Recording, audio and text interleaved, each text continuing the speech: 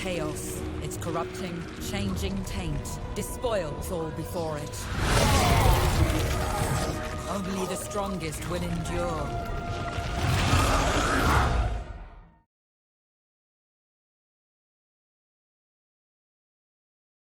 Hello and welcome to another Total War Warhammer guide. Today we are looking at the Chaos Warriors. These are the backbone of the Chaos Army.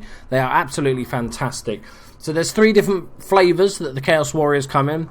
These are your standard Chaos Warriors, heavily armoured, shielded, with a war axe. Next up we've got the great weapons, so they replace their shield and their war axe with just one two-handed great weapon. And then thirdly we've got the Halberds, so they replace their shield with a fecking great halberd. That just looks painful. Yes, so let's have a quick look at the differences in the units themselves, and also then just how you use them differently in the army. And we'll also see them just squish some Bretonians for funsies. Right, so first off we've got your standard Chaos Warriors. They all come in units of 75. They're relatively expensive, but they are just the core of the Chaos army. Every army should have at least a couple of units of these in. These are just the backbone. So they're armoured and shielded, meaning they take less missile damage and also take less damage from weapons that aren't armour piercing. They have 100 armour, which is spectacular. Really good leadership at 70. They're pretty slow moving. You know, they're full plate armour. It's going to be quite tricky to move. Melee attack and defence is okay, and the weapon strength is 36. Charge bonus not so much, only 18, and they can hide in a forest. Hooray! Because there's loads of forest in the Chaos Wastes. See, look at all the tree. Oh, okay, right. So your second option is to arm them with great weapons. Now they swing slower, so they're not very useful against armies of goblins and stuff like this. But what they do give you is armor piercing, which is the big one. If you're going against the Black Orcs, Reichsguard Knights, that sort of thing, that. Anything with armour, these are a much better option. Obviously, if your army you're fighting is a lot of missiles, then you might want to use these purely because of that. Shields will really help them negate some of that damage. But other than that, they're sort of similar, same stat-wise, just with the armour piercing and the non-shielded. Lastly, we have the Halberds. Now, these are a really good unit. These are probably my favourite. I think they look the best for a start.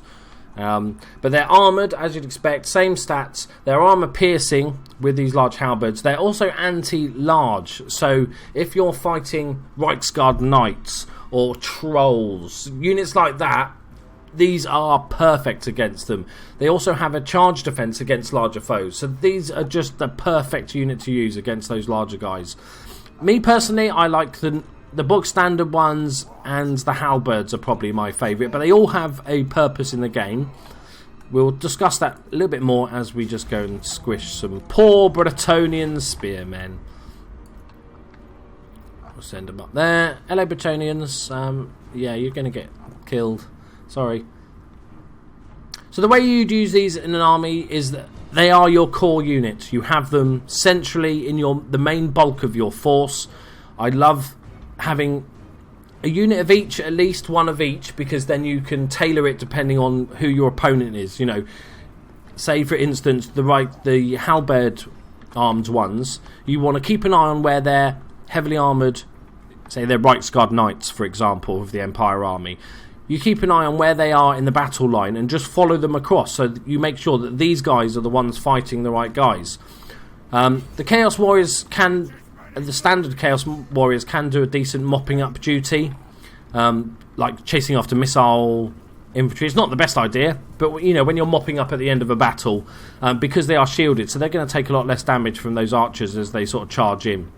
Oh, these poor unsuspecting Bretonians. Why aren't they running? Why aren't you running? You should be running. You don't stand a chance. Right, let's just see him in combat. Yeah, they look pretty badass coming in, don't they? They look a bit more badass than those. Oh, yeah. Oh, yeah. So obviously we're not doing proper tactics here. We're just charging them in for funsies. So we're going to see the Halberds charging in. So this is not the best use. This is possibly the worst use for the Halberds. They're not really heavily armoured. But they're still going to you know, they're still good enough. They're Chaos Warriors. They have massive armour. They're still good enough to win these battles anyway. But they're just going to get bogged down for longer. There you go, guys. There's our little mini guide on the Chaos Warriors and their various flavours. Hope you enjoyed it. Like I said, backbone of the Chaos Army, along with Chaos Warriors and then a few units of Marauders, and then build off that. Build all the other interesting, more specialised units off that main backbone. There you go, guys. Hope you enjoyed the guide. Please like if you enjoyed it. Subscribe if you're new to the channel. Say hello in the comments. We'll all give you cuddles. Thank you very much for joining me, guys. Bye-bye. Oh, they're all running away. Oh, yeah. Bye-bye. Bye-bye. Bye-bye, Bretonians.